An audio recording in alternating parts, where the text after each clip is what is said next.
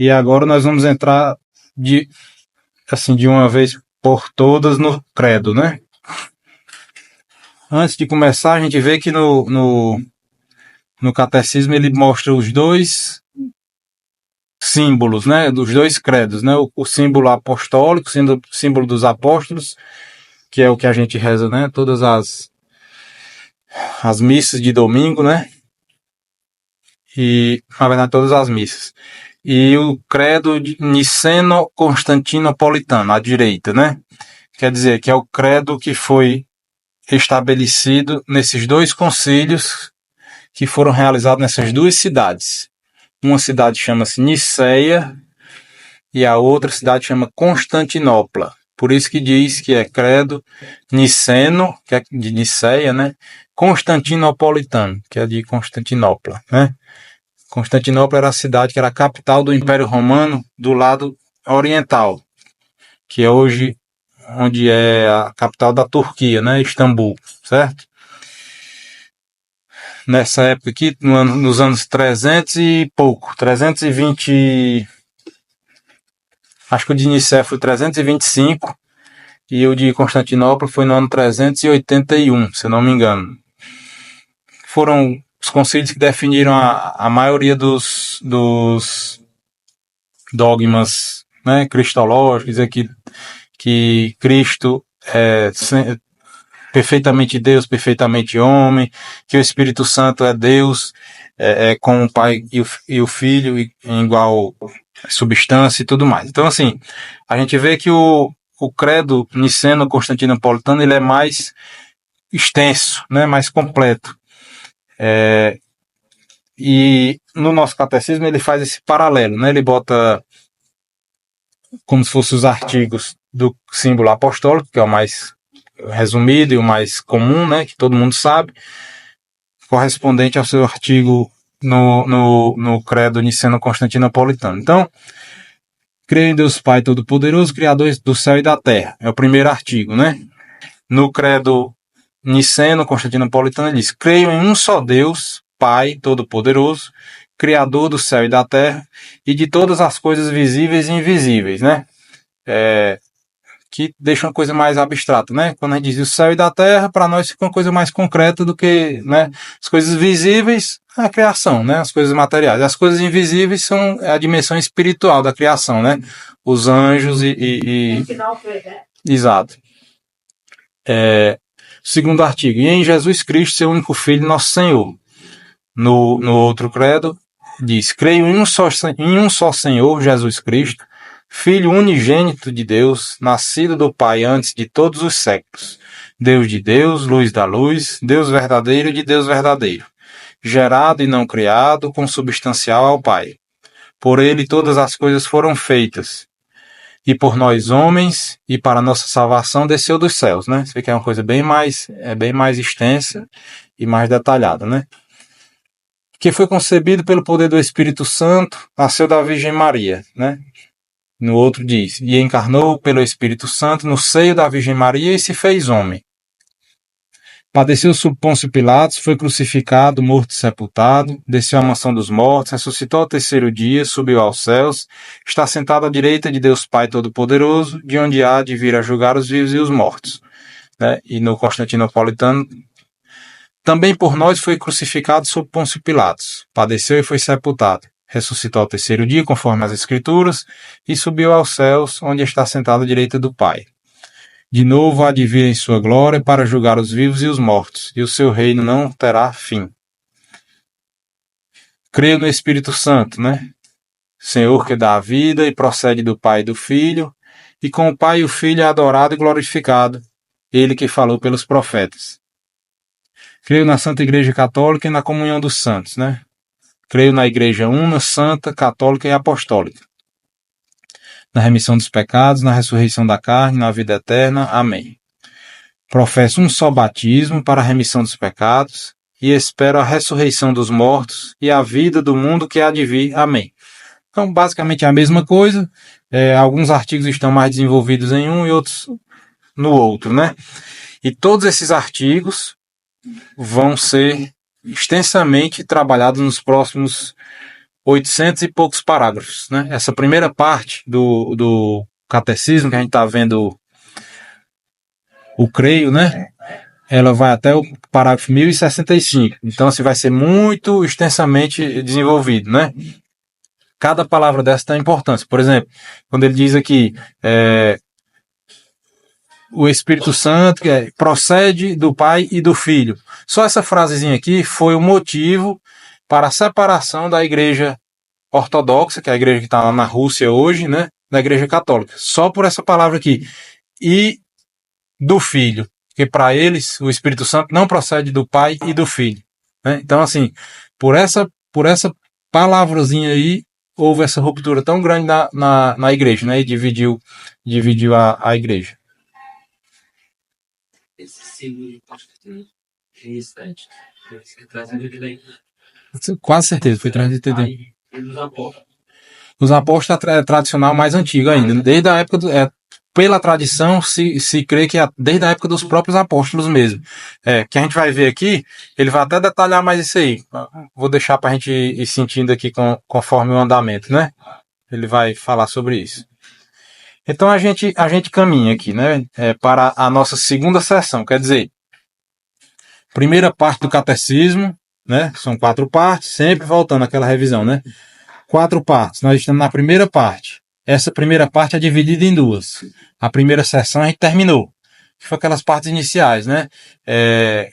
Que o homem tem sede de Deus, o homem é capaz de Deus, Deus se revela. Como ele se revela? Através da criação, através das escrituras e tudo aquilo que a gente viu, né? E a terceira parte dessa primeira sessão é qual a nossa resposta, que é todo aquele estudo que a gente fez sobre o que é a fé, né? Que é a nossa resposta ao Deus que se revela. E agora essa segunda sessão, quer dizer, a segunda parte, né? A segunda divisão, ainda da primeira parte, é onde ele vai dizer tudo que a gente deve crer, né? A gente viu que a gente deve crer em resposta a Deus. Agora ele vai dizer em que a gente vai crer, né?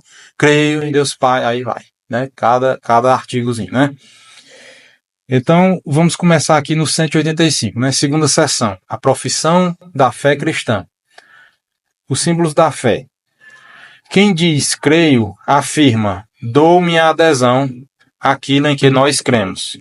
A comunhão na fé tem uma necessidade de uma linguagem comum da fé, normativa para todos e a todos unidos na mesma confissão de fé. Quer dizer, normativo. O que quer dizer isso? Normativo, que é regra. Se você diz que crê no que ensina a Igreja Católica, então você deve obedecer a tudo que ela diz, né? A crença, a fé é 100% do que a Igreja ensina, né? Por todos aqueles motivos que a gente já viu, né? Pela autoridade da Igreja, pelos milagres que ela revelou, pela constituição da Igreja pelo próprio Cristo, pela sua perenidade e fecundidade, mesmo depois de tantas perseguições, etc, etc. Aqueles preâmbula fide que a gente viu no começo, né? Bom, então depois que você dá essa adesão, essa crença, então agora tem que fechar 100%. Porque se você escolhe, é o que se chama de heresia, né? Não, eu escolho crer nisso, mas não naquilo, né? Aí é o que se chama de heresia. Todas as heresias surgem dessas escolhas, né? 186. Desde a origem, a Igreja Apostólica exprimiu e transmitiu a sua própria fé em fórmulas breves e normativas para todos. Mas bem cedo a Igreja quis também recolher o essencial da sua fé em resumos orgânicos e articulados, destinados sobretudo aos candidatos ao batismo. Esta síntese da fé não foi feita segundo as opiniões humanas, mas recolheu-se de toda a Escritura o que nela há de mais importante para apresentar na íntegra aquilo e só aquilo que a fé ensina. E tal como a semente de mostarda contém um pequeno grão numerosos ramos, do mesmo modo esse resumo da fé encerra em algumas palavras, todo o conhecimento da verdadeira piedade contido no Antigo e no Novo Testamento. Então é o que a gente viu aqui em alguns momentos também naquela história. As fórmulas que a Igreja seleciona, né, e impõe pela sua autoridade a nós, fiéis, né, elas são escolhidas e selecionadas pelos seus frutos, né? Então, assim, eu creio que a gente professa na missa e nas nossas orações, ele diz o mínimo essencial que a gente deve crer, né? Então, assim, dali a gente pode expandir, mas nada menos do que está ali, né? Nenhum artigo desse é descartável, né? Se eu disser que eu não creio na remissão dos pecados, foi embora tudo, né? Por exemplo, se eu disser que eu não creio na comunhão dos santos, foi embora todo o credo, né? Da nossa fé. Então, assim, ou são os 12 ou não é nada, né? Não tem outra forma. E o catecismo e as doutrinas desenvolvidas pelos santos e doutores da igreja vai nos mostrar isso. Vai explicar por que não pode ser excluído nenhum desses artigos. Mas é um estudo mais extenso que a gente vai começando aqui, né? E ele diz aqui, né, que sempre isso aí foi, como é que é? Normativos para todos. E especialmente para quem estava pedindo batismo, né? Por quê? Porque na época, no início, né, as pessoas pediam batismo adultas, né? Assim, tinha batismo de criança, com certeza. Mas as conversões eram basicamente de adultos, né?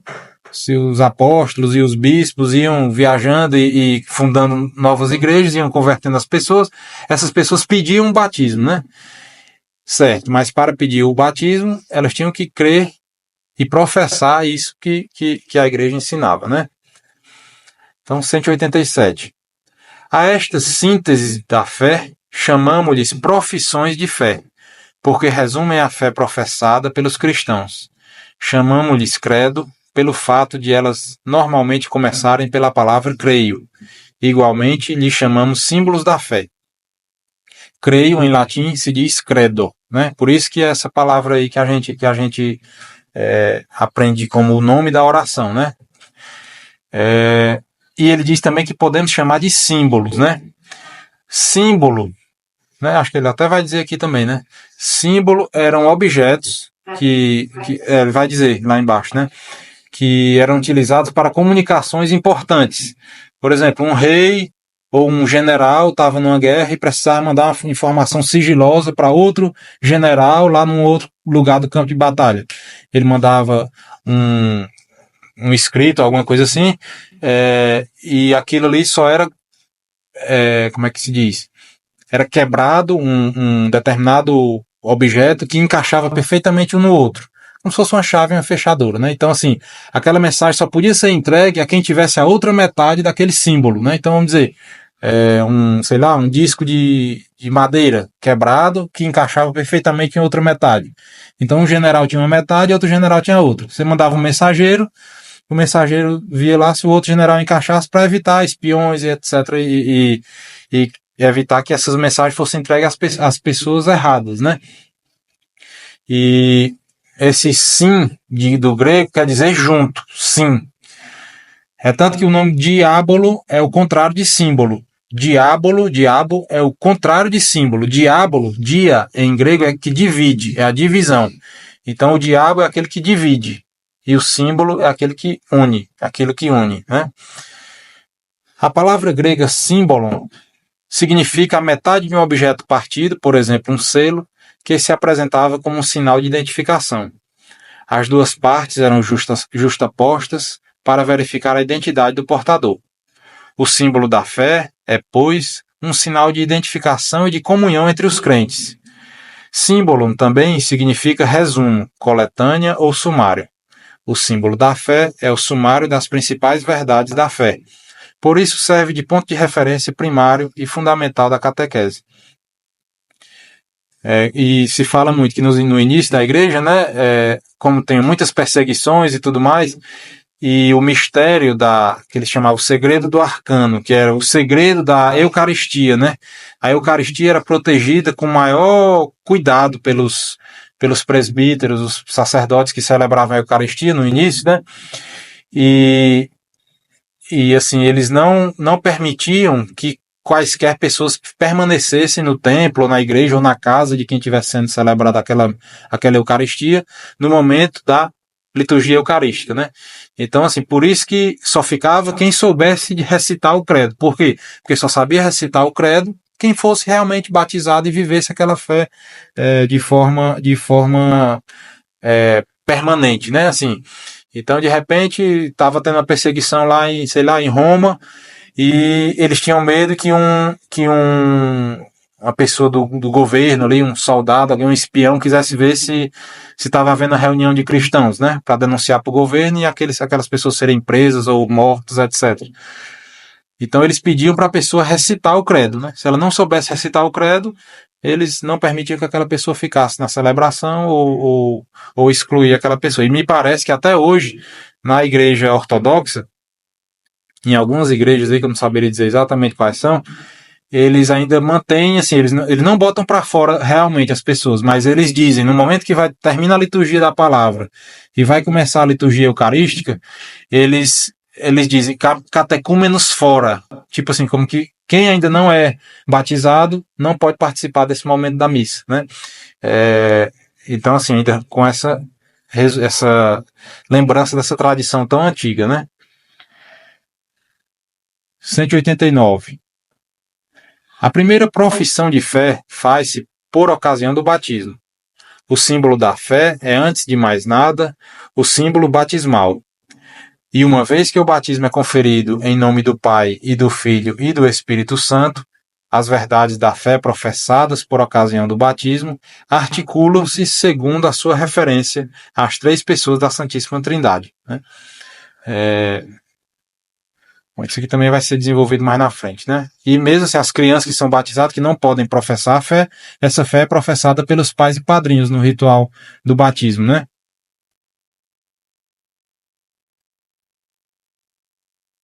O símbolo divide-se, portanto, em três partes, no parágrafo 190, né? Na primeira, trata da primeira pessoa divina e da obra admirável da criação. Na segunda, trata da segunda pessoa divina e do mistério da redenção dos homens. Na terceira, da terceira pessoa divina, fonte e princípio da nossa santificação.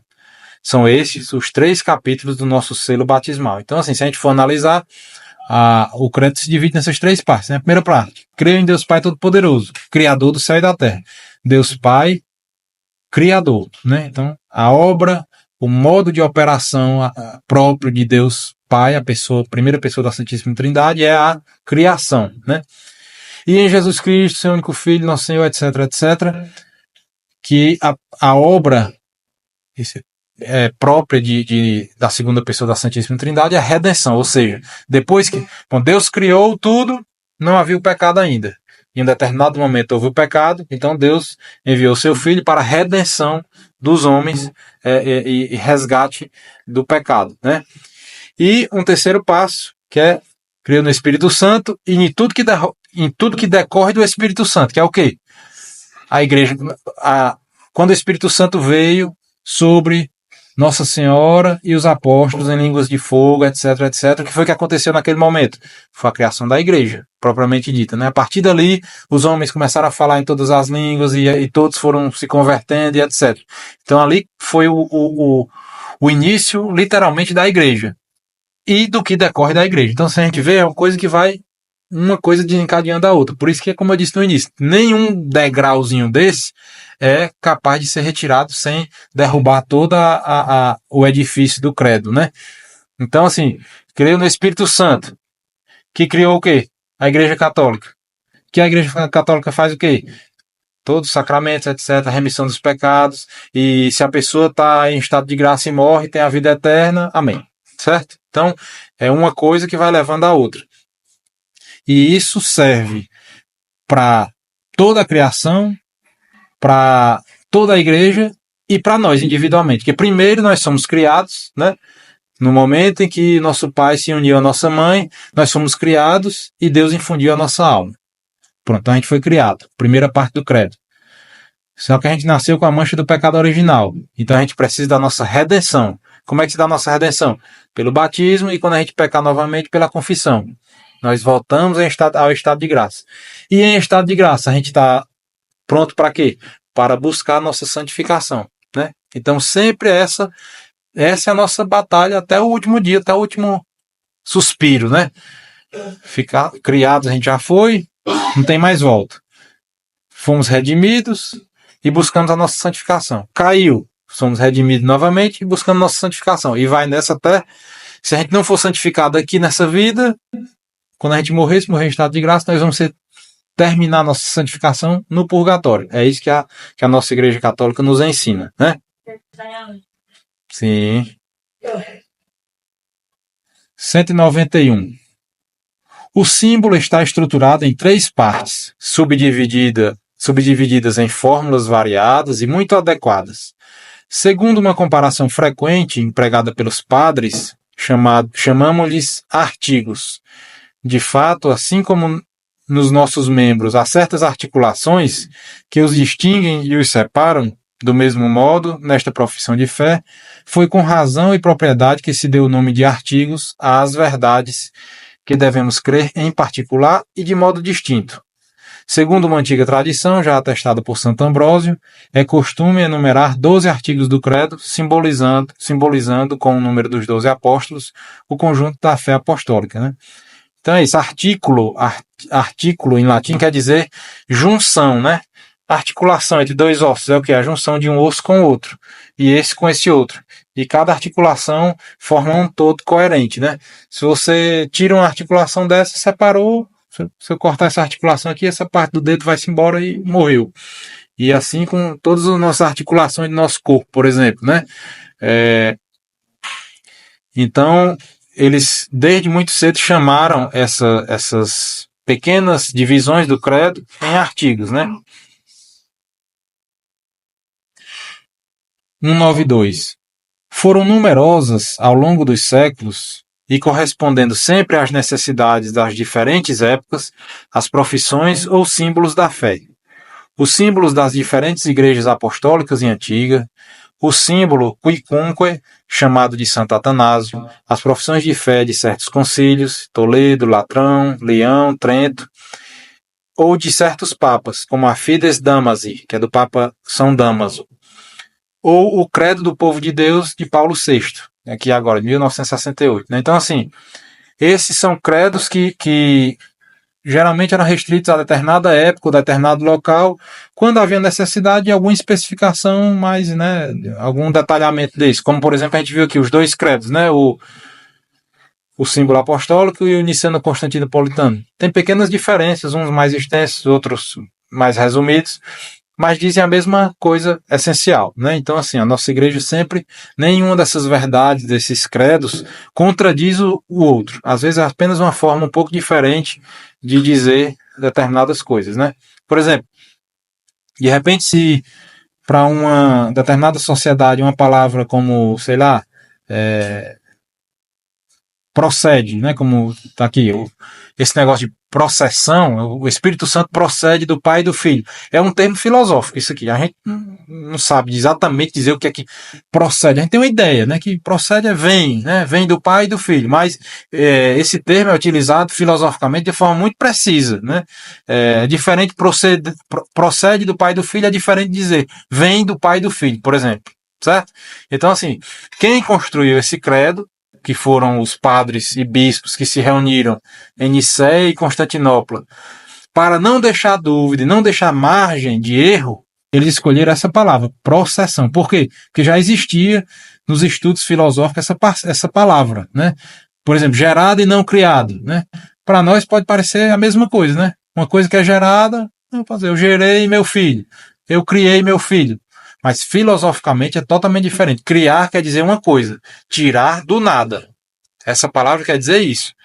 Então eu não tirei meu filho do nada. Só Deus tira as coisas do nada. Então por isso que eles dizem que a gente gera filhos e não cria filhos do nada. Então assim, aí para nós que não somos filósofos, nem estudamos filosofia, a gente não sabe explicar isso. Então o Papa Paulo VI, por exemplo, pode ter explicado de uma forma um pouco diferente e ter dito isso. No lugar de dizer gerado e não criado, ele diz gerado que não foi tirado, que não foi criado no tempo, foi vindo junto de Deus desde toda a eternidade. Pronto, é uma forma diferente de dizer a mesma coisa, né? E fica mais fácil de entender. Então é só explicar que esses outros credos surgiram, mas não se consolidaram na igreja como uma coisa universal, né? Que pronto, agora o credo de Paulo VI é o que vai ser rezado em todas as missas. Não é isso, né? Ele de repente emitir um documento desse para uma determinada função pastoral daquele momento do concílio que ele presidiu, e aquilo ali ficou registrado na igreja, mas não assumiu assim uma obrigatoriedade universal, por exemplo, né?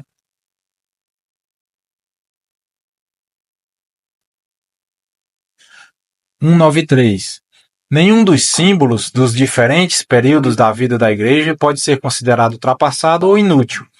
Todos nos ajudam a abraçar e aprofundar hoje a fé de sempre, através dos diversos resumos que dela se fizeram.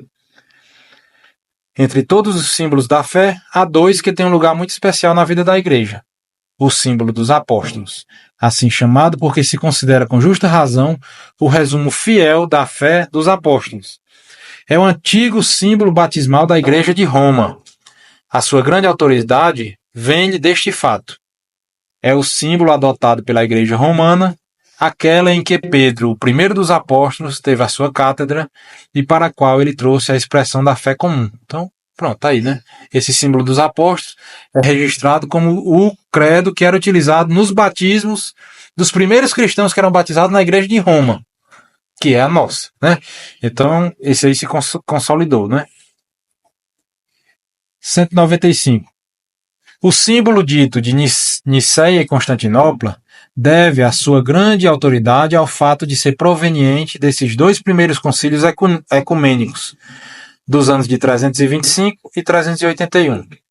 Ainda hoje continua a ser comum a todas as grandes igrejas do Oriente e do Ocidente. Quer dizer, né, algumas... Bom, que a gente sempre é bom reforçar, né?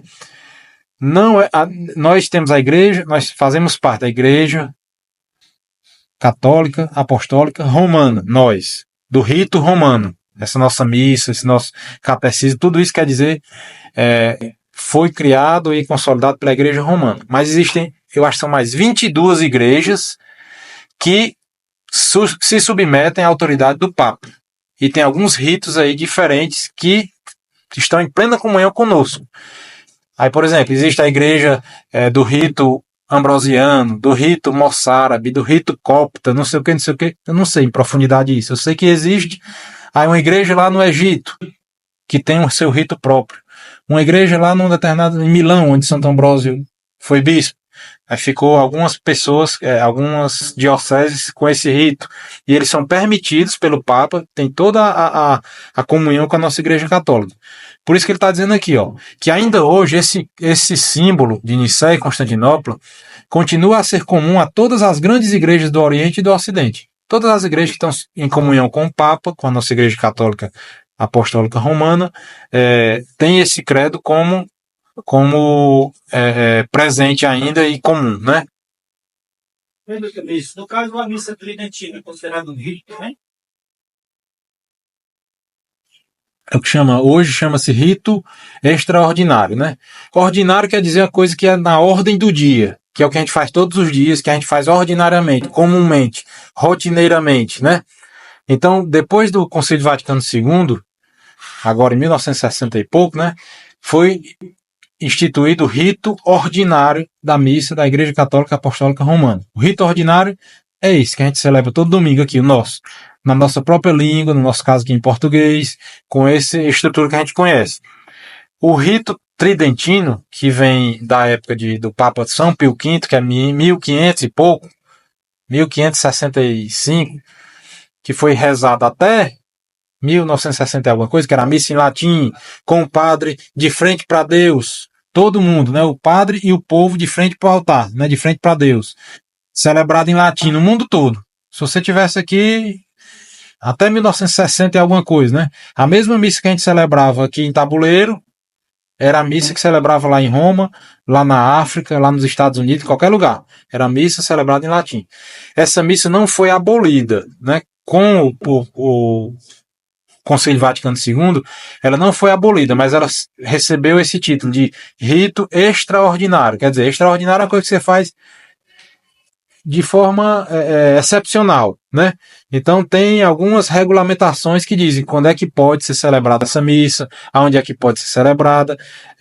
O Papa Francisco emitiu um documento que restringiu um pouco mais, né? Os padres que já celebravam a missa em latim, a missa tridentina, continuaram com a permissão de rezá-la, de celebrá-la, né? Mas hoje em dia, por exemplo, se o padre Marcos quiser celebrar essa missa aqui em Tabuleiro, aí ele tem que submeter uma série de burocracias e pedir ao bispo, e o bispo pede às suas autoridades, né, na hierarquia da igreja.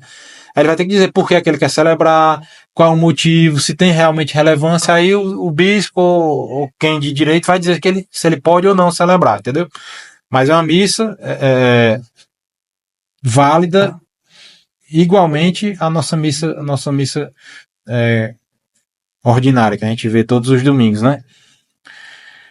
É uma missa bem mais extensa, muito bonita, né? Eu já tive a oportunidade de participar algumas vezes. Em Fortaleza tinha um padre que tem lá não sei se ainda tem, lá no Seminário da Prainha, ali em frente ao Dragão do Mar, todo domingo, 10 horas da manhã, era 10h30, ele celebrava lá essa missa. Eu fui uma ou duas vezes. E teve também um padre que veio de fora e celebrou lá na Igreja da Glória, uma vez eu participei também. Então a missa é mais extensa, ela é praticamente toda em latim, né?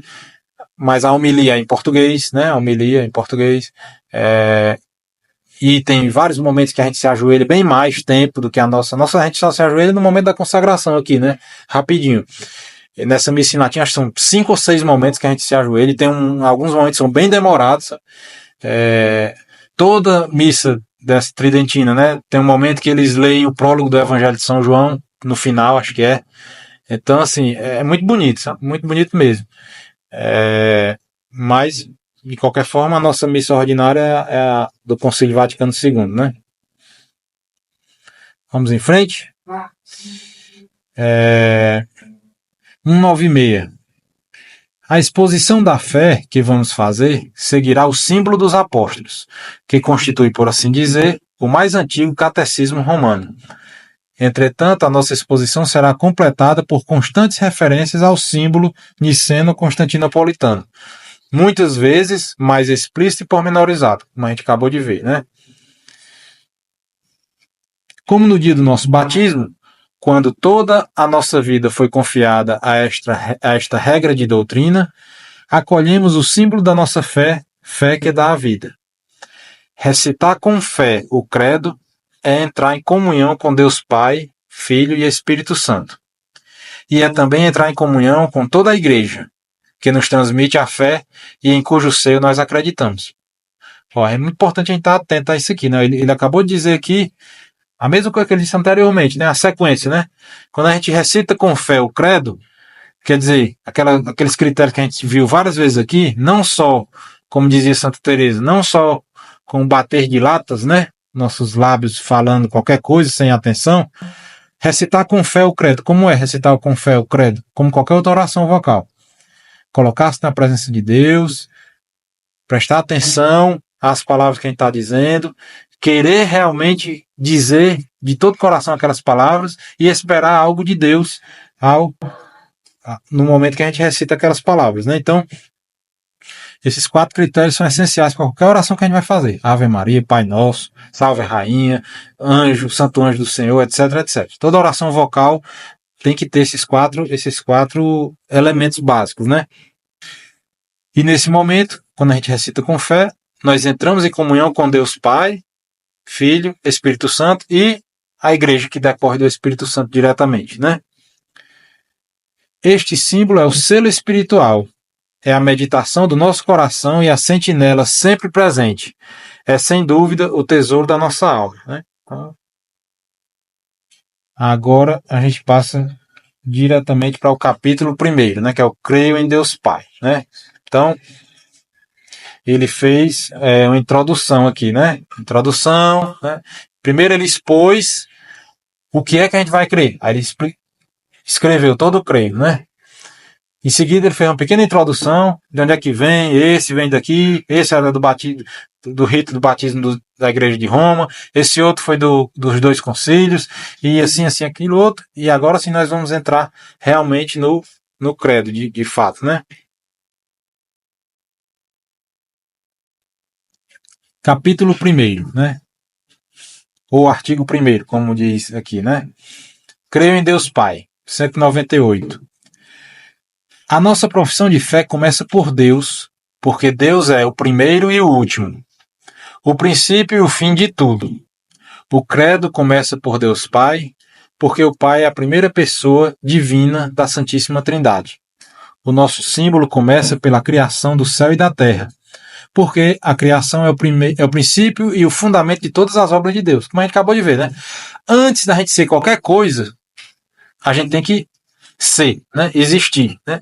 Antes de eu ser médico, eu tenho que ser um ser humano. Antes de eu ser pai, eu tenho que ter sido criado. Antes de eu ser irmão, ou tio, ou sobrinho, ou professor, ou advogado, eu tenho que ter, que o Santo Tomás de Aquino chamava o ato de ser pessoal, quer dizer, o fato de existir realmente na realidade, né? Então, é conveniente que comecemos a professar nossa fé a partir do fato da criação, nossa e de toda a criação como um todo, né? 199. Creio em Deus. Esta é a primeira afirmação da profissão de fé, e também a mais fundamental. Todo o símbolo fala de Deus. Ao falar também do homem e do mundo, falo em relação a Deus. Os artigos do credo dependem todos do primeiro, do mesmo modo que todos os mandamentos são uma explicitação do primeiro mandamento, né?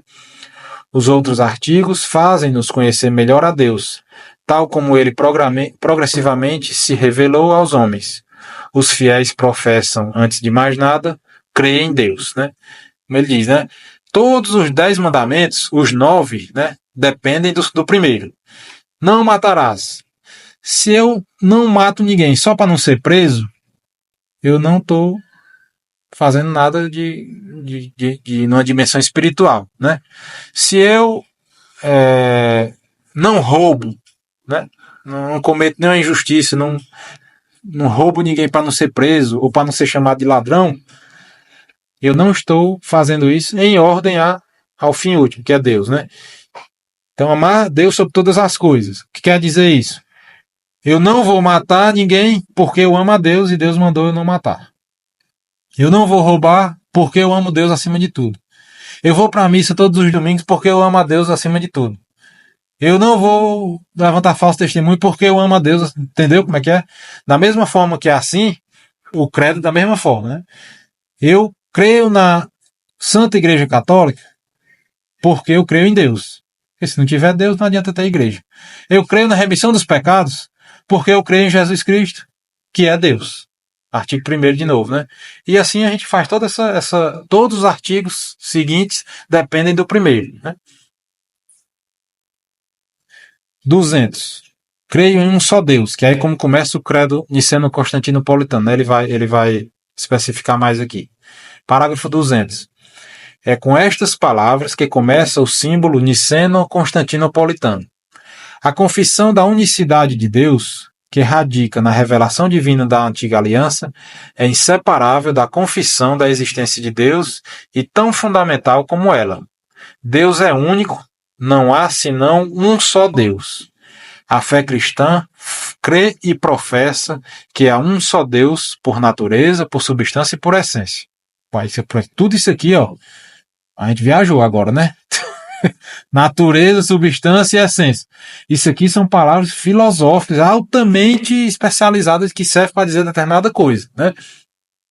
Que eu não tenho de maneira nenhuma capacidade de esgotar isso aqui, né? A gente sabe mais ou menos, né? Deus é um só Deus por natureza. O que é natureza? Por exemplo, a natureza humana. O que é a natureza humana? É o conjunto de características necessárias para a gente dizer que um determinado ente é um ser humano. Então, se eu disser que o ser humano é um animal racional, como diz o Aristóteles, né? Um animal racional e social. Então, isso é o que caracteriza a essência humana para o Aristóteles, que é o quê? É um animal, ou seja, nós temos um corpo, nós temos vida, nós respiramos, nós nos movemos, comemos, nos reproduzimos, etc, etc, etc. Então, nós somos animais. Racional, o que é? É que tem capacidade de inteligência, de pensar, de raciocinar, etc. Os animais não têm. Então, o animal que raciocina e o que mais? Que vive em sociedade. O ser humano não foi feito para viver sozinho, isolado lá na selva, por exemplo, né? Nós somos feitos e só vivemos plenamente em sociedade, né? Então essa é a natureza humana, é o conjunto de características necessárias para que aquele ente ali, aquela coisa, seja caracterizado como aquilo ali, aquela natureza. Então, a natureza divina é o quê? É o conjunto de características que são necessárias para a gente dizer que aquela entidade ali é Deus, como São Tomás de Aquino diz, né? Aquele a quem chamamos de Deus. E quais são essas características? A gente vai ver aqui, né? Mas ser criador, ser pai, ser onipotente, né? Ser criador das coisas visíveis e invisíveis, manter tudo na existência, ordenar todas as coisas a um fim, ser capaz e fazer efetivamente o governo da criação, né? Ou seja, coordenar todas as coisas para que funcione tudo da forma que ele criou. Então, tudo isso faz parte da natureza divina, né? Substância. Substância sub é embaixo. Sub é o que está embaixo. E instância é do verbo estar, em latim, estou, estar, que está mesmo, dentro do português. Então, substância é o que está por baixo, né? É o que está sustentando aquele ente. Então, nós temos a nossa substância individual, né? Cada ser humano tem sua substância. Eu sou diferente do Gilênio e cada um de nós é diferente individualmente. E Deus é diferente de tudo que ele criou, né? Então ele tem a substância individual própria, é uma pessoa, um Deus só, né? E essência, basicamente assim, é mais ou menos a mesma coisa que natureza, mas eu não saberia dizer exatamente o que é que diferencia, mas essa questão das características, né? Isso aí a gente, daqui a 50 anos, talvez a gente consiga entender isso aqui melhor, né? Por enquanto que a gente não sabe, a gente aceita, né? Por quê? Porque esses homens aqui sabiam. Quem escreveu isso aqui sabia, porque quem é padre é formado em filosofia. Todos os padres são formados em filosofia e em teologia, que são as duas ciências mais elevadas dentro da escala de ciências que o homem estuda. Então eles estudam isso aí para quê? Justamente para entender essas coisas. E explicar para nós que somos coitados, né? Que não sabemos de nada. Então, se eles escolheram essas 3 palavras aqui, é porque se faltar uma delas, é perigoso alguém descambar numa heresia, né? 201. A Israel, seu povo eleito, Deus revelou-se como sendo único. Escuta, Israel, o Senhor nosso Deus é o único Senhor. Amarás o Senhor teu Deus com todo o teu coração, toda a tua alma e com todas as tuas forças. Deuteronômio, capítulo 6. Por meio dos profetas, Deus faz apelo a Israel e a todas as nações para que se voltem para ele, o único. Voltai-vos para mim e sereis salvos, todos os confins da terra, porque eu sou Deus e não há outro. Diante de mim se hão de dobrar-se todos os joelhos, em meu nome hão de jurar todas as línguas. E dirão, só no Senhor existe a justiça e o poder. Para nós, hoje, isso aqui é muito, assim, natural a gente entender isso aqui. Mas todas as outras sociedades, fora os judeus, eram politeístas, né? Tinham vários deuses. Os egípcios tinham vários deuses, né? Tinha um deus que era um cachorro, tinha um deus que era um gato, tinha um deus que era não sei o quê, não sei o quê, não sei o quê. Os gregos tinham vários deuses. Tinha Zeus, tinha Atenas, tinha Ares, Dionísio, não sei quem, não sei quem. Um monte. Tem quem saiba quantos. Os romanos, do mesmo jeito. Júpiter, Netuno, Plutão, esses nomes são nomes de deuses romanos. Minerva, Marte, tudo isso são nomes de deuses romanos. E assim, essas outras sociedades aqui do Oriente Médio ali, aqueles babilônios, não sei quem, também tinham vários deuses, né? Então, isso aqui, quando Deus chegou e se revelou para o povo de Israel, diz, só tem um e sou eu. Foi aí que começou toda a confusão com os judeus, né? Por quê? Porque eles estavam no meio do mundo todo politeísta. Imagine, né? Você começar a dizer que agora não, só tem um. E eu não vou cultuar esses seus deuses aí, não. Esse tal de Moloque, né? Tem na Bíblia, né? Moloque, quem mais?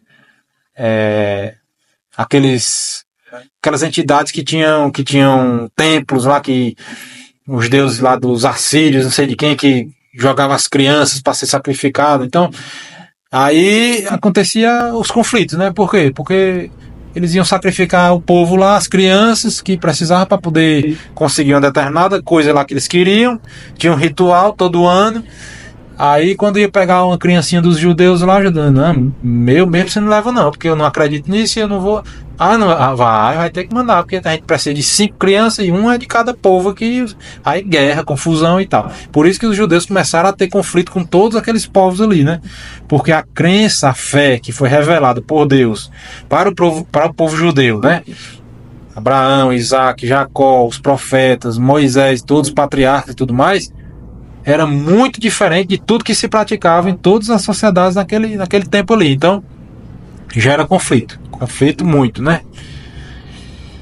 Para nós, 4.000 anos depois disso aqui, para nós é natural, né? Porque já se consolidou, né? Mas é importante a gente fazer sempre essa reflexão, né?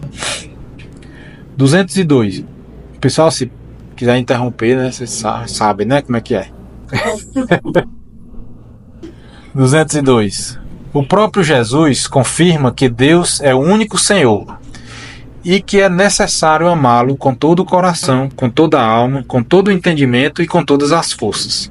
Ao mesmo tempo, dá a entender que ele próprio é o Senhor. Confessar que Jesus é o Senhor é próprio da fé cristã. Isso não vai contra a fé em um Deus único. Do mesmo modo que crer no Espírito Santo, que é o Senhor e dá a vida, não introduz qualquer espécie de divisão no Deus único. Nós acreditamos com firmeza e afirmamos simplesmente que há um só Deus verdadeiro, imenso, imutável, incompreensível, todo-poderoso e inefável. Pai e Filho e Espírito Santo. 3 pessoas, mais uma só essência. Uma só substância ou natureza, absolutamente simples. Aí, lasca, né? Um parágrafo desse aqui, né? Pois é. O que acontece?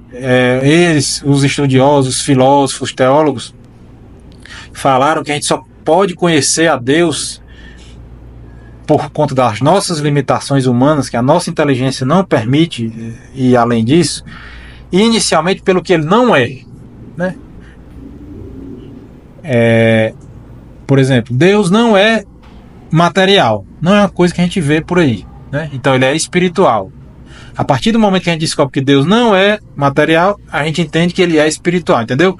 Todas as coisas que a gente descobre de Deus é pelo que ele não é inicialmente. E daí decorrem as que ele pode ser. Aí vão depurando, né? Por exemplo, afirmamos simplesmente que há um só Deus verdadeiro. Então, se é um Deus verdadeiro, é porque não é um Deus falso, né? Quais são os deuses falsos? Esses outros, tudo que a gente disse aqui e muitos mais, né? Imenso. O que quer dizer imenso? Que não pode ser medido. Imenso quer dizer isso, não é que é grande não. É que não pode ser medido. Mensuração, mensurar, não é medir? Mensurar. Uma coisa que é imensurável, imenso é uma coisa que não pode ser medida. Certo? É grande, claro que é grande. Mas não é só porque é grande. É porque não é tão grande que não pode ser nem medido. É imenso. Certo? Imutável. Porque Deus não muda. Deus não é de um jeito hoje, não é do outro jeito amanhã. Deus é Deus imutável. Incompreensível. Quer dizer, ele é inacessível à nossa compreensão humana, né? A gente pega aqui uma faíscazinha aqui, outra acolá, um relance aqui, outra acolá, né? E por quê? Que São Paulo diz, por enquanto a gente vê através embaçado, como um espelho, né, e tal. Mas vai chegar o dia que a gente vai ver, aí a gente vai compreender. Todo poderoso, que pode tudo, né? Pode tudo. Inefável. Alguém sabe o que é inefável? É que não pode ser falado, certo? Esse fável vem do verbo em latim que quer dizer falar. Fare em latim quer dizer falar. Olha só. Infantil, né? Ó, é a mesma palavra, a mesma raiz, certo? Infante é o infans em latim. Infans é o que não fala ainda. A criança que não fala ainda, certo? Então é a mesma raiz dessa palavra inefável. É aquilo do que a gente não pode, a gente não tem palavras para falar sobre Deus. A gente conversa muito aqui, mas tudo besteira, né? Que a gente não consegue nem arranhar nada do que Deus é de verdade, certo? Não tem palavras. Não há palavras que a gente possa Explicar. compreender a Deus, não tem, né? Pai, Filho e Espírito Santo. 3 pessoas, mas uma só essência. O que é uma pessoa? Aí lá vai, né? Severino Boés vai dizer: pessoa é uma substância individual de natureza espiritual. Aí pode inventar cabeça para pensar no que é isso aí, né? Pessoa, tem pessoas humanas, que somos nós, que somos substâncias, ou seja, nós existimos. Individuais, ou seja, eu sou diferente da Ritinha, que é diferente do Sandberg, que é diferente dos individuais. De natureza, ou seja, as características que a gente tem, natureza espiritual. Ou seja, nós somos matéria aqui, mas nós temos uma dimensão espiritual. Nós podemos falar com Deus, com as entidades espirituais, né? Então, esse filósofo romano aí, que chama Severino Boécio, deu essa definição que é uma das mais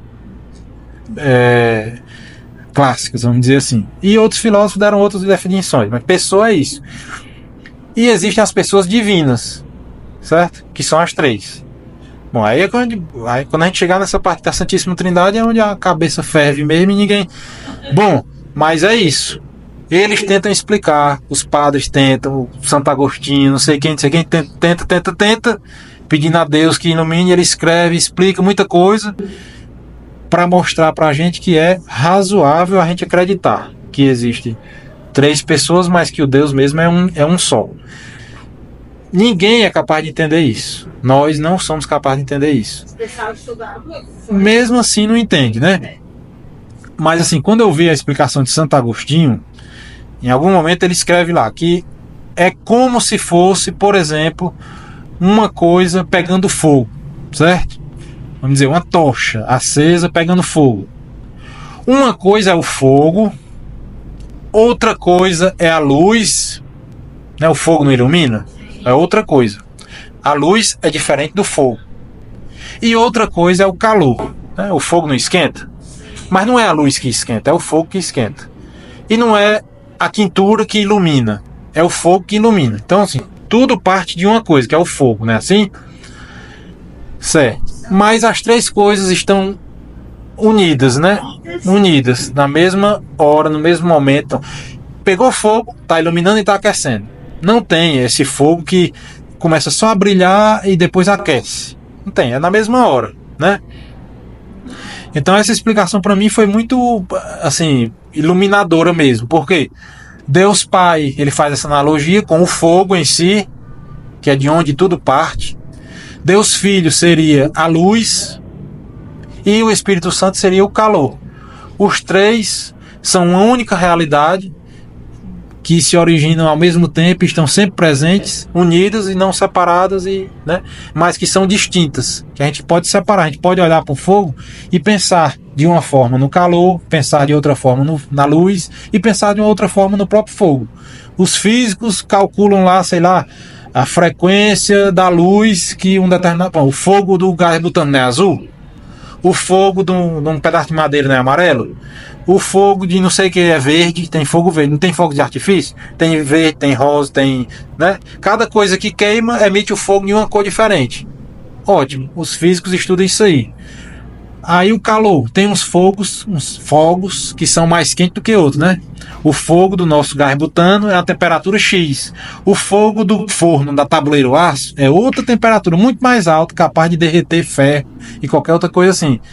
E tem um fogo outro, o fogo daquele combustível lá da Fórmula Indy, né? Tinha um metanol que era um fogo que era quase invisível, né? Que pegava fogo, o camarada tava se queimando e quase não se via, só via aquela mancha, né? Então assim, o calor do fogo é outra coisa, né? Então você pode estudar e tentar compreender essas 3 dimensões separadamente, mas elas são uma só coisa. Então foi isso que me fez assim entender, não, assim, aceitar de uma forma mais... Bom, aí ele dá outro exemplo. é como se fosse uma árvore crescendo na beira de um rio. A árvore crescendo na beira de um rio. A árvore crescendo, ela vai crescendo e vai aparecendo a imagem dela no espelho do rio. E ela faz a sombra. Tudo isso ao mesmo tempo. A árvore é uma coisa, a sombra que ela faz é outra coisa, a imagem que ela faz no leito do rio, lá no espelho d'água, é outra coisa, mas as três coisas estão presentes ao mesmo tempo, na mesma hora, né? Mas você pode olhar primeiro só para água, aí você bate, aí a imagem muda um pouco, de repente essa imagem seria Jesus, que se eu estou muito santo, eu vejo claramente a imagem como um rio parado, uma água bem paradinha. E se eu estou com a consciência turvada pelo pecado, é como se aquela água estivesse movimentando e eu não estivesse vendo bem. Aí o Espírito Santo, você pode pensar que é a sombra, que é aquela... o Espírito Santo é como se fosse um sopro, né? A imagem que se tem na Bíblia é como se fosse um vento soprando e tudo mais. E Espírito quer dizer isso. Espírito em grego, que é pneumatos. Pneuma, né? Pneuma, né? Pulmão, né? Respiração, pronto. A palavra que para espírito em grego é pneuma. E em latim é espírito, né? Que quer dizer... E em hebraico é roar. Tudo isso quer dizer sopro, né? Então, aí você pode analisar como a sombra dessa árvore que a gente está analisando, que dá um refresco num dia muito quente, né? E a árvore é a árvore mesmo, é como se fosse o Pai, o Filho e o Espírito Santo. Então, assim, são analogias que, por serem analogias, são imperfeitas e não conseguem explicar totalmente. Por quê? Porque o fogo não é uma pessoa, e o calor não é outra pessoa, e a luz não é outra pessoa, né? Então, pronto, já é imperfeito por isso, né? Mas dá pra gente pensar, né? E ter uma ideia, e fica mais fácil da gente crer nessa verdade. É aí onde entra a fé, né?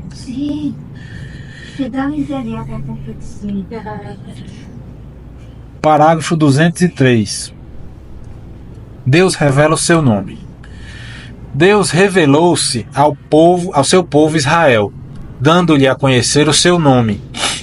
O nome exprime a essência, a identidade da pessoa e o sentido da sua vida. Deus tem um nome, não é uma força anônima. Dizer o seu nome é dar-se a conhecer aos outros. É, de certo modo, entregar-se a si próprio, tornando-se acessível, capaz de ser conhecido mais intimamente e de ser invocado pessoalmente, né? Isso aí a gente percebe na nossa vida mesmo, né? Assim, se a gente tá todo mundo aqui, chega alguém ali fora, abre a porta e diz, ei, né? Você pode olhar por curiosidade, mas ninguém vai se sentir chamado. Mas se chegar uma pessoa e dizer, Ritinha, você pega e se vira, e você se vira, pode até todo mundo se virar, mas você se vira com atenção, porque aquela pessoa está falando diretamente para você. Quer dar uma esquentadinha? Pode. Tá todo mundo morrendo. Pode desligar. Tá tranquilo. Se quiser desligar aquilo ali também, ó. Tá. Então pronto.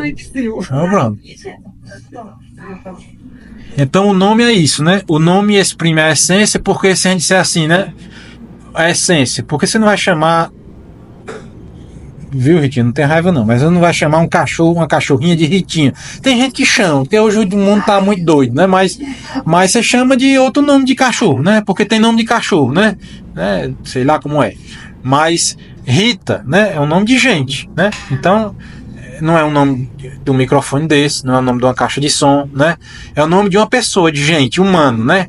Então o nome exprime a essência, a identidade da pessoa, porque Rita aqui mesmo só tem um, e Rita dos Anzóis Pereira só tem aquela, fulano de tal, né? Então revela a identidade da pessoa e o sentido da sua vida. Nesse caso, para os judeus especialmente, tinha isso, né? O nome da pessoa já dizia meio que a missão que ela tinha na sua vida, né?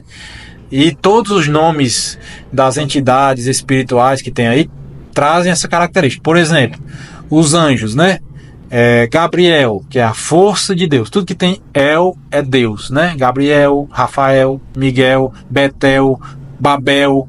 Tudo que tivesse El na Bíblia quer dizer Deus, alguma coisa de Deus, ou alguma coisa que Deus faz. Então, Gabriel, a força de Deus. Rafael, a cura de Deus. Miguel, quem como Deus. Babel, Deus fala. Betel, a casa de Deus. E assim vai, né? Então, Jesus, Deus salva, né? Então, o nome de Jesus já quer dizer a sua missão, né? Então, assim, Deus revelou-se, 204, né? Progressivamente e sob diversos nomes a seu povo. Mas foi a revelação do nome divino feita a Moisés na teofania da sarça ardente, no limiar do êxodo e da aliança do Sinai, que se impôs como sendo a revelação fundamental, tanto para a antiga como para a nova aliança, né? Deus, a gente vai ver isso aqui, né? Mas Deus diz, eu sou, né? Por quê? Porque a essência de Deus é existir, né? O nome de Deus não é assim, fulano de tal, né? O nome de Deus mesmo, da entidade suprema, é eu sou, quer dizer, é o ser que tem a existência perfeita e que deu essa existência para nós de forma parcelada e imperfeita, né? E hierarquizada e dividida, né? 205. Do meio de uma sarça que arde sem se consumir, Deus chama por Moisés e diz-lhe: eu sou o Deus de teu pai, o Deus de Abraão, o Deus de Isaque e o Deus de Jacó. Deus é o Deus dos antepassados, aquele que tinha chamado e guiado os patriarcas nas suas peregrinações.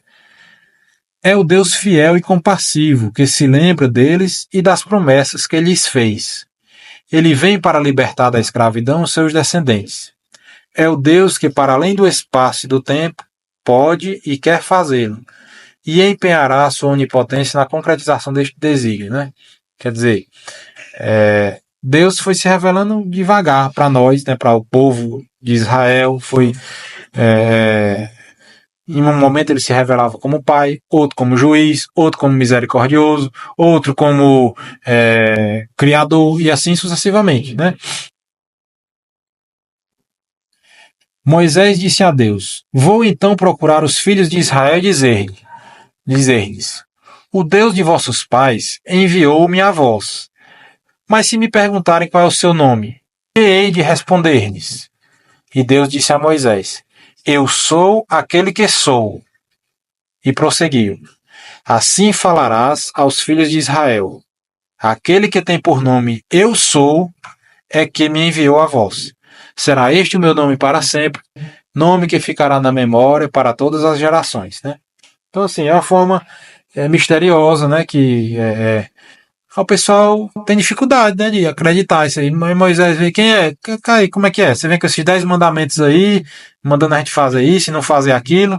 E quem foi que mandou você dizer isso aí? Eu sou. Ninguém entende, né? Ninguém acredita. Aí como é que você vai acreditar? Com o tempo, né? Moisés foi manifestando essas verdades, foi fazendo milagres e foi falando diretamente com Deus e foi ganhando autoridade em nome desse Deus. 206. Ao revelar o seu nome misterioso de YHWH,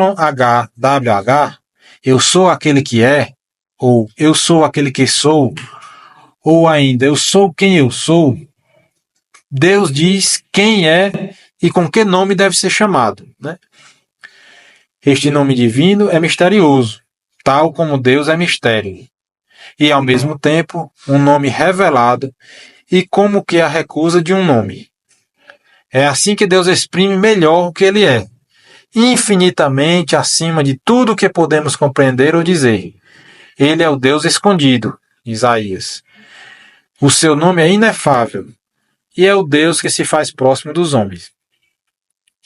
Mistério é como a gente diz, a origem dessa palavra mistério quer dizer alguma coisa escondida, oculta, né? Então é assim, Deus se revela para nós, mas não totalmente, né?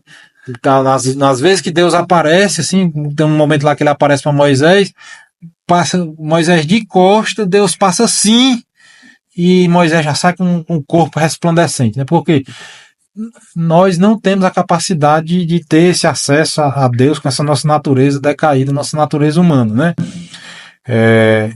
Então ele vai se revelando aos poucos, como tudo, né? É como se quando uma criança pergunta uma determinada coisa, sei lá, se meu filho perguntar, pai, o que é um carro? Eu vou dizer assim, meu filho é um coisa de 4 rodas que a gente anda nele, né? Por quê? Porque ele só tem capacidade de entender isso. Agora, se o engenheiro perguntar o que é um carro, aí você vai dizer, né? É um objeto que se move sozinho, né? Porque é automóvel, se move por si só, né? Automóvel. Como é que ele se move? Aí você vai explicar mais e vai dizer que é o combustível, que é o motor, que tem a bateria, que tem as rodas, tem. Aí você, de acordo com a capacidade de quem está recebendo aquela notícia, aquela explicação, você vai explicar mais ou menos, né? E Deus chegou para nós, que coitado, temos capacidade de bem pouquinha coisa, e deu essas explicações aqui, de leve, foi dizendo, foi aos poucos, e com o tempo foi se revelando até que chegou a plenitude dos tempos e enviou seu próprio Filho Jesus para nos explicar, mesmo assim, desenhando mesmo, né? E por que é que, ao revelar seu nome misterioso, aí de Yahvé, o Senhor falou só I-A-H-V-E? É porque nem em hebraico não existe vogais escritas, certo? Seu nome Poderia ler Yahvé. pode ler Yahvé, pode ler Iové, pode ler Iuvé, pode ler Iuvi, pode ler, entendeu como é que é? Seu nome em hebraico, Ritinha, é RT. Rita, RT, entendeu? Aí pode ser Rita, Reta, Rota, Ruta, Rata, entendeu como é que é? Pronto. Por isso que, inclusive, esse nome já isso é. Por isso que é tão complicado nessa questão de línguas, né? Quando se traduz e tudo mais. Me chamou a atenção. Pois é. Aí, I-A-H-W-E-H. quando você escreve, Vai dizer é o que chama o tetragrama, né? Quando se escreve eu sou aquele que é, em hebraico, se escreve assim, como é que é? YHWH, certo? Aí, isso aqui pode dizer outras coisas. Aí, por um erro de tradução, que eu não lembro, foi o Padre Diogo que explicou uma vez, eu não lembro exatamente como é, chegaram a esse nome Jeová. Mas é um erro de tradução, botaram uma letra a mais onde não existe. Não pode ser Jeová.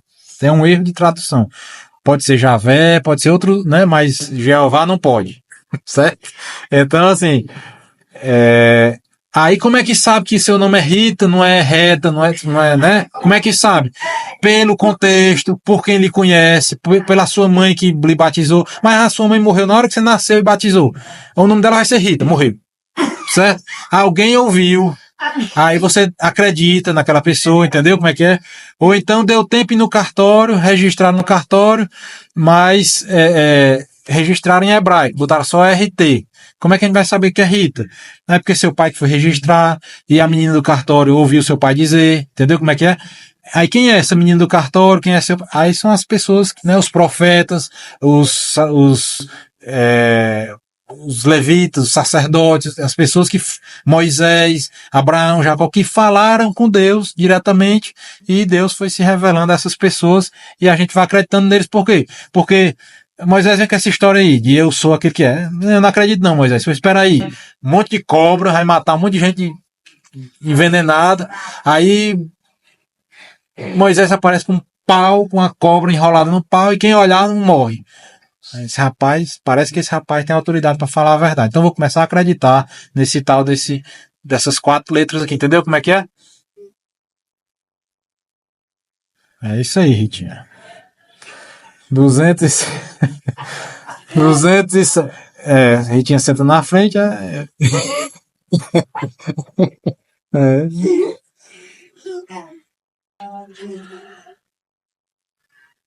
207. Ao revelar o seu nome, Deus revela ao mesmo tempo a sua fidelidade, que é de sempre e para sempre, válida tanto para o passado. Por quê? Porque ele diz, eu sou Deus de teu pai, né? Então vale para o passado. Como para o futuro, porque eu estarei contigo, né? Deus que revela seu nome como sendo eu sou, revela-se como Deus que está sempre presente, junto do seu povo para o salvar. Porque ele não diz, eu era. Ele não disse eu era, né? Ele disse eu sou. Eu sou hoje, eu sou. Amanhã, quando eu digo eu sou, eu estou sendo de novo. Sempre presente, né? Não é uma coisa do passado. Como muitas religiões e seitas aí acreditam que Deus é como se fosse um relojoeiro que criou um arquiteto, né? Tem algumas seitas, coisas que falam que Deus é um arquiteto. O arquiteto faz o quê? O arquiteto faz o projeto, manda para o engenheiro constrói e se cair, não é culpa do arquiteto mais. Ou se com o tempo começar a rachar e tal, não é culpa do arquiteto. O projeto ele já fez e soltou, né? O nosso Deus que nós cremos não é um arquiteto, não é um relojoeiro que cria o relógio e o relógio automático funciona sozinho, né? Mas se o relógio automático não tiver ninguém movimentando o braço, ele para de funcionar. Ou se for a pilha, não botar a pilha, não trocar a bateria lá no seu fulaninho relojoeiro, o relógio para de funcionar. O nosso Deus não, o nosso Deus é esse Deus aqui, que está sempre presente conosco. Desde a criação e até o fim dos tempos, como Jesus disse, né? 208. Perante a presença atraente e misteriosa de Deus, o homem descobre a sua pequenez.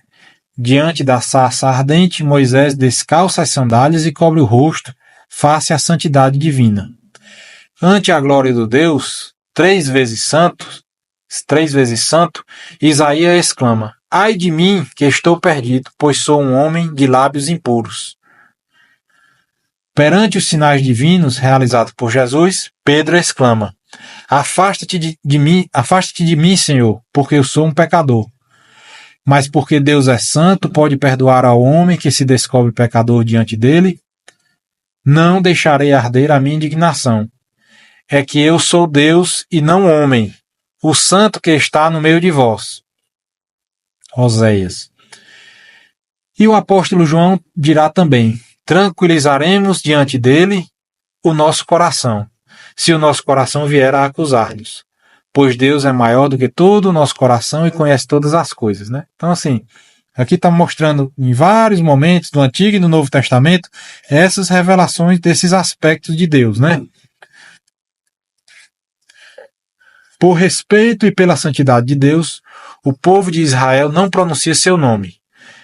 Na leitura da Sagrada Escritura, o nome revelado é substituído pelo título divino de Senhor, que em hebraico dizia-se Adonai e em grego Kyrios, né? É sob este título que será aclamada a divindade de Jesus. Jesus é o Senhor, né? A gente ainda tem, em alguns momentos, né, esse Kyrie, né? Tem algumas atos penitenciais, não é nem um ato penitencial, né? O Senhor tem piedade não, que é depois do ato penitencial. É uma formulazinha que é dita depois do ato penitencial, né? Que Senhor tem piedade de nós, né? Cristo tem piedade de nós. Kyrie é o que chama de nome vocativo, a gente chama, né? Ritinha, vem aqui, em português. Só que em português não muda, mas em grego e em latim muda. Kyrios é o nome, mas se eu for chamando aquela pessoa, aquele senhor, é Kyrie. Por isso que a gente diz Kyrie eleison, né? Kyrie é o vocativo, a gente chama, né? É sob este título que será aclamada a divindade de Jesus, né? Jesus é o Senhor. Deus de ternura e piedade, 210. Depois do pecado de Israel, que se afastou de Deus para adorar o bezerro de ouro, Deus atende à intercessão de Moisés e aceita caminhar no meio do povo infiel, manifestando deste modo o seu amor a Moisés, que lhe pede a graça de ver a sua glória. Deus responde: farei passar diante de ti toda a minha bondade, beleza, e proclamarei diante de ti o nome de W, né, o tetragrama.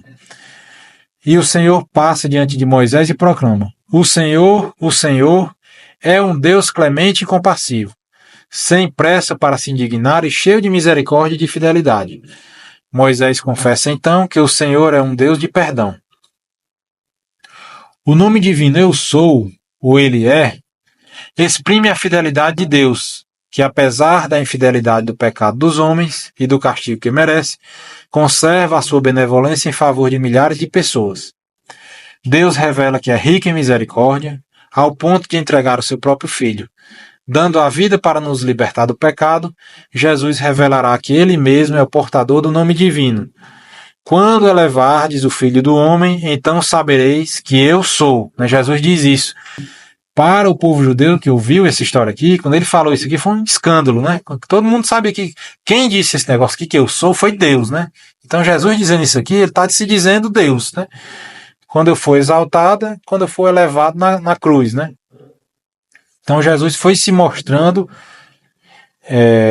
que é um só com Deus durante toda a sua passagem aqui na Terra, né? Não foi de uma vez, né? Ele não chegou no dia do batismo dele, ele disse, pronto, pessoal, eu sou Deus e agora vocês têm... Não, ele foi fazendo as coisas, agindo e falando e fazendo e se mostrando que era realmente Deus. 212. No decorrer dos séculos, a fé de Israel pôde desenvolver e aprofundar as riquezas contidas na revelação no nome divino. Deus é único, fora dele não há deuses. Ele transcende o mundo e a história. Foi ele que fez o céu e a terra. Eles hão de passar, mas vós permaneceis. Tal como um vestido, eles se vão gastando. Vós, porém, sois sempre o mesmo, e os vossos anos não têm fim. Você está no Salmo.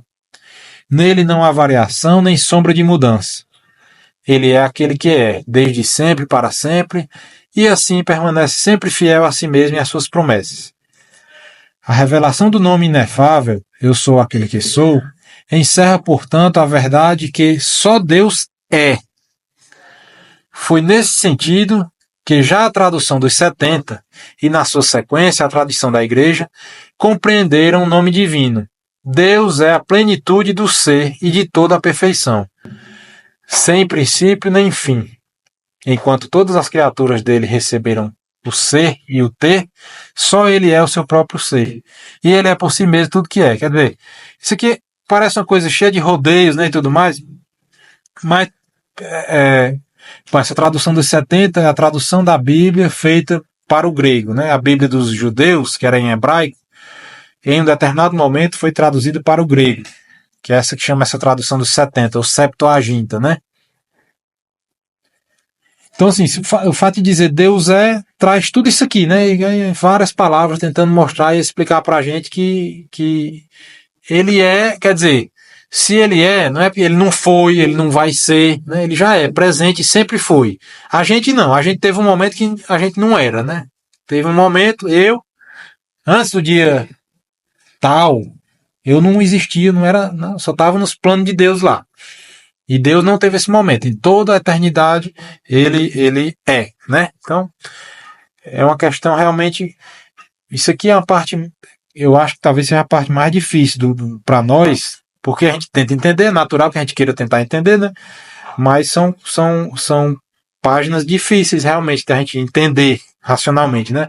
Essa parte aqui e a parte que vem ainda, que é da Trindade, né? Vamos continuar mais um pouquinho. 214. Deus, aquele que é, revelou-se a Israel como aquele que é cheio de misericórdia e fidelidade. Estas duas palavras exprimem de modo sintético as riquezas do nome divino. Em todas as suas obras, Deus mostra a sua benevolência, a sua bondade, a sua graça, o seu amor, mas também a sua credibilidade, a sua constância, fidelidade, verdade. Hei de louvar o vosso nome pela vossa bondade e fidelidade.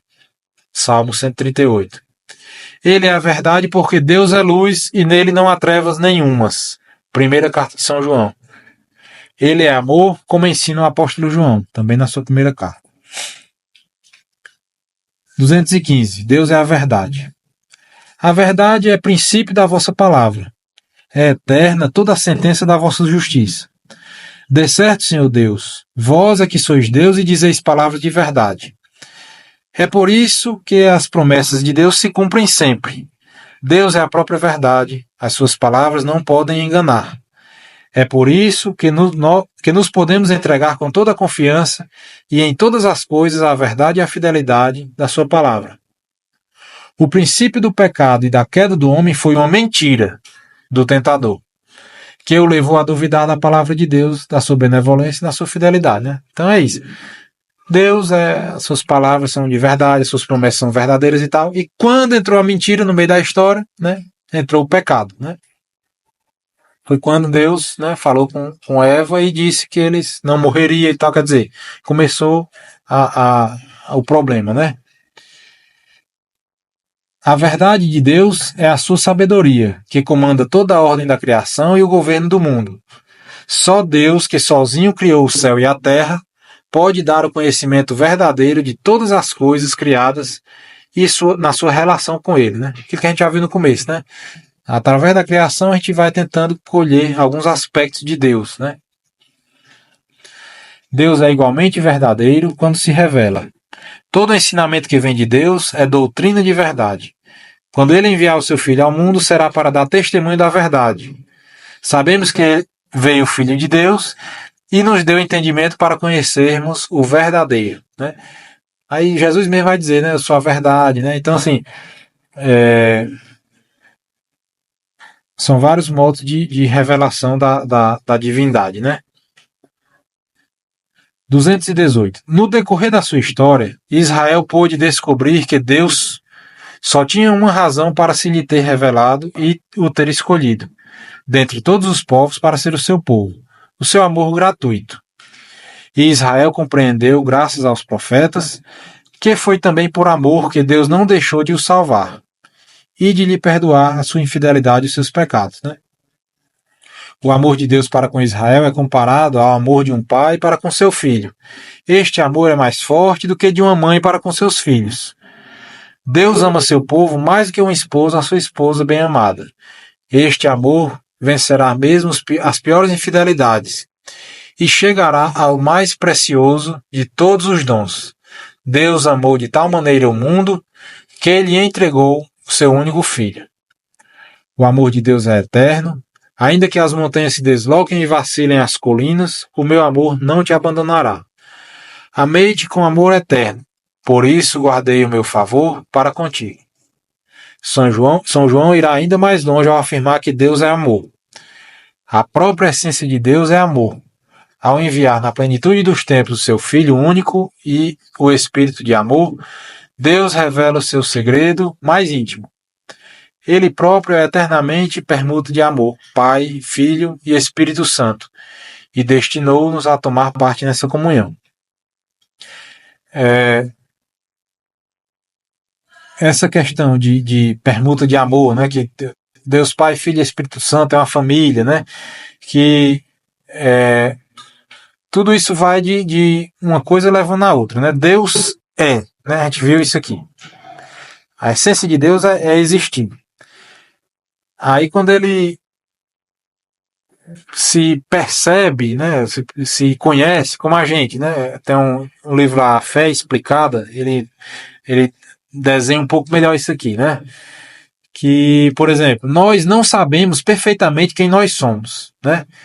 Muitas vezes a gente, bom, eu sou Vinícius, eu sou isso, aquilo outro, tenho essa história, essa biografia, mas tem muitas coisas que eu não sei sobre mim. Por exemplo, os primeiros anos da minha vida eu não sei de verdade, né? Eu sei que determinadas coisas aconteceram porque minha mãe conta, né? Porque meu pai conta, ou algum parente que conviveu comigo, bebê, por exemplo, conta, né?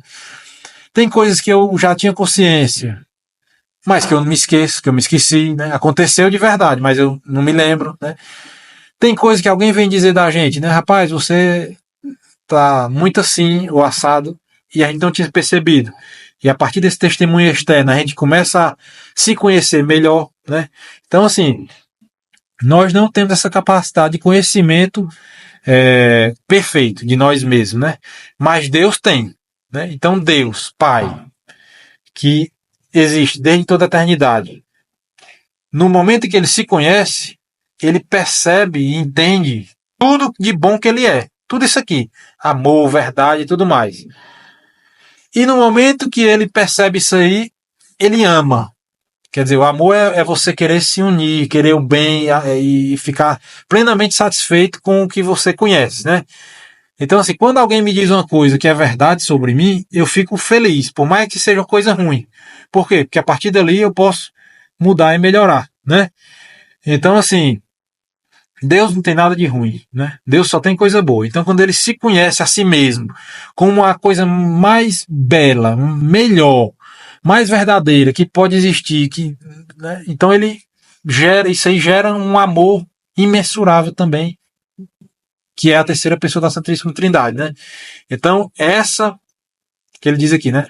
Ele próprio é eternamente essa permuta de amor, né? O Pai se conhecendo, que é a sabedoria, o conhecimento, que é o Filho, e amando-se, né, mutuamente ao perceber essas verdades, né? Então, assim, são coisas que a gente... Uma vida é pouco para a gente refletir sobre isso aqui, né? E aí, pessoal? Vai mais um pouquinho ou vamos... Que está começando... Casa muito linda, eu enviava na plenitude dos tempos, seu Filho único, no Espírito de amor, Deus revela seu segredo mais santo. Que é isso, que é amor, né? Deixa eu ver aqui uma coisa. O seu Filho. Eu acho que dá pra gente ir mais um pouquinho, até o 231, que aí tem um corte aqui, né? Tem um... Isso, vamos terminar esse É isso, que né? é culpado. Isso. Então vamos em frente, só um pouquinho. Só um pouquinho. As consequências da fé no Deus único. 222. Crer em Deus o único e amá-lo com todo o nosso ser tem consequências imensas para a nossa vida. Reconhecer a grandeza e a majestade de Deus. Deus é grande demais para que o possamos conhecer. É por isso que Deus deve ser o primeiro a ser servido. É viver em ação de graças. Se Deus é o único, tudo o que nós somos e tudo quanto possuímos vem dele. Que possuís que não tenhas recebido, né? São Paulo vai dizer. Como agradecerei ao Senhor tudo quanto ele me deu? Né? É conhecer a unidade e a verdadeira dignidade de todos os homens. Todos eles foram feitos à imagem e semelhança de Deus. Né? É fazer bom uso das coisas criadas. A fé no Deus único leva-nos a usar de tudo quanto não for Ele, na medida em que nos aproximar dele. E a desprender-nos de tudo na medida que dele nos afastar. Né? Então, é uma escala. Né? Se a gente reconhece que Deus é tudo isso aí que Ele é, então a gente tem por obrigação de servi-lo, né? Porque se ele deu tudo a gente, se a gente obedece nossos pais, a gente obedece nosso chefe que deu um emprego pra gente, né? A gente obedece nossos pais que nos deu comida, nos educou. Nós obedecemos ao Padre que nos dá o alimento espiritual. Quanto mais obedecer a Deus que nos deu tudo isso e muito mais, e coisa que a gente nem percebe que ele nos deu, né? Que se a gente não refletir continuamente, a gente não percebe. Então, é o primeiro que deve ser servido. E, a partir disso, a gente reconhece a dignidade de todos os outros homens. Por quê? Porque ele nos criou iguais, né? Iguais perante ele, né? A sua imagem e semelhança. E também fazer bom uso das coisas criadas. Por quê? Porque ele nos fez para submeter as coisas criadas, né? Dominar e submeter. Mas na medida que o aproxime, né? Nos aproxime dele. Meu Senhor e meu Deus, tira-me tudo que me afasta de ti. Meu Senhor e meu Deus, dá-me tudo que me aproxima de ti.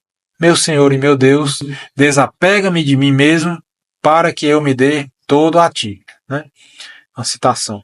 De quem é, hein, Ritinho? São Nicolau de Fui. Ali? Mas É 220... certo esse filho. É São Nicolau. 226, é?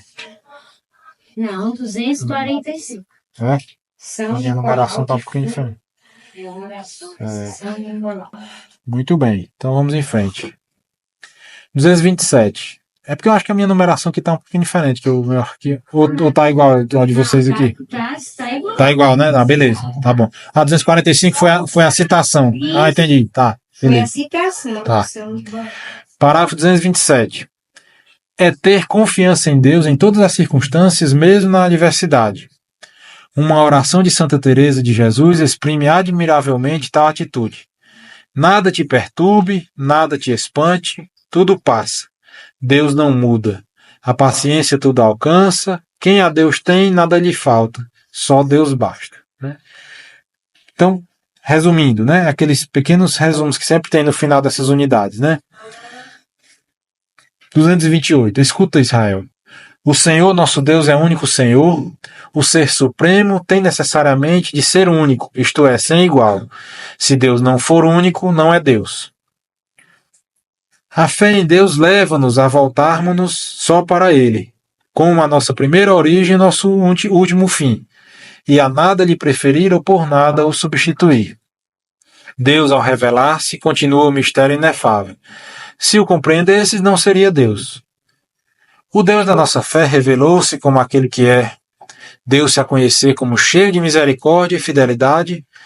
O seu próprio ser é verdade e amor, né? Ser, verdade e amor. São as três coisas, né?